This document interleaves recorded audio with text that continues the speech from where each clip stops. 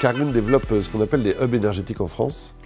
Donc ce sont un peu des stations multi-énergie, mais qui vont bien au-delà de la station multi-énergie, puisque ces hubs permettent de distribuer différents carburants alternatifs.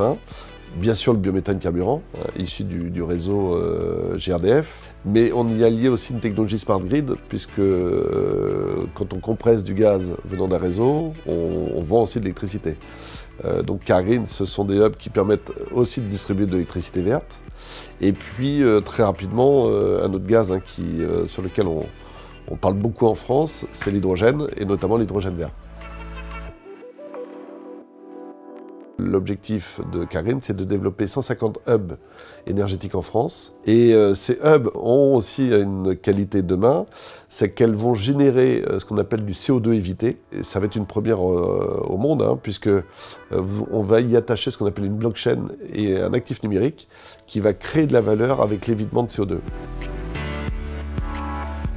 Une station Cargreen déjà existe en Bretagne, ça a été la première à distribuer au grand public entre guillemets du biométhane. Vous en avez à peu près une dizaine là, en préparation en Bretagne. Et puis c'est en train de prendre essor, notamment dans le Grand Est, Vallée du Rhône, où vous allez retrouver en Vallée du Rhône par exemple le projet de 4 stations, notamment sur Salaise, le Pouzin et proche de Lyon. On a la chance d'avoir un très joli réseau de gaz en France, de distribution. C'est vrai qu'il y a beaucoup de pays qui nous envient. C'est un avantage, donc on échange énormément aussi avec des structures comme GRDF ou GRT pour pouvoir savoir où sont un peu les conduites d'alimentation de distribution. Après d'ailleurs, c'est un rapport aussi soit avec des acteurs publics ou privés, des collectivités. Et puis une fois que l'échange et que l'emplacement est trouvé, on échange avec nous les acteurs, c'est-à-dire les entreprises de transport, alors aussi bien de biens et de marchandises, mais aussi de personnes, ça peut être des autocaristes. Et puis, une fois que c'est lancé, on crée une station, donc on crée une société. Le coût de cet investissement est de 1,3 million sans le foncier.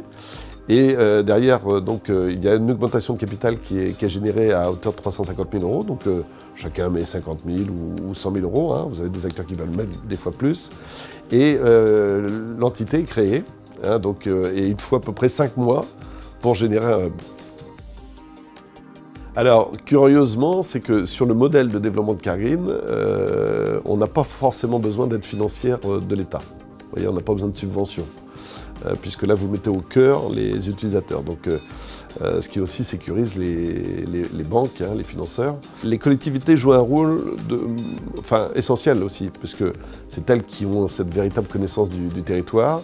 Donc, il y a des liens forts entre l'implantation de ces hubs et ces collectivités qui connaissent bien aussi leurs administrés. Donc c'est un des premiers acteurs qu'on vient voir, bien sûr, quand on a un projet d'implanter un hub. Mais ce qui est intéressant, c'est qu'on met tout le monde autour de la table. C'est-à-dire qu'une collectivité, au lieu d'investir 1,6 million par exemple, alors ça peut être un syndicat d'énergie ou une SEM, parce que d'ailleurs ça peut être aussi une société économique mixte, au lieu de mettre 1,6 million dans une installation un peu classique, là c'est une contribution à la hauteur aussi plus modeste, de 50 000 à 100 000 €. Et ça leur permet d'être au cœur aussi du dispositif, puisqu'une collectivité, elle a des administrés, et derrière ces administrés, demain, comme ce sont des hubs qui sont ouverts au grand public, pourront venir aussi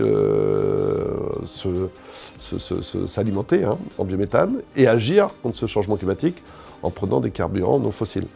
Les collectivités peuvent elles-mêmes aussi être utilisatrices, puisque si on prend les bennes à ordures ou des bus ou autres, l'objectif c'est absolument pas de les oublier.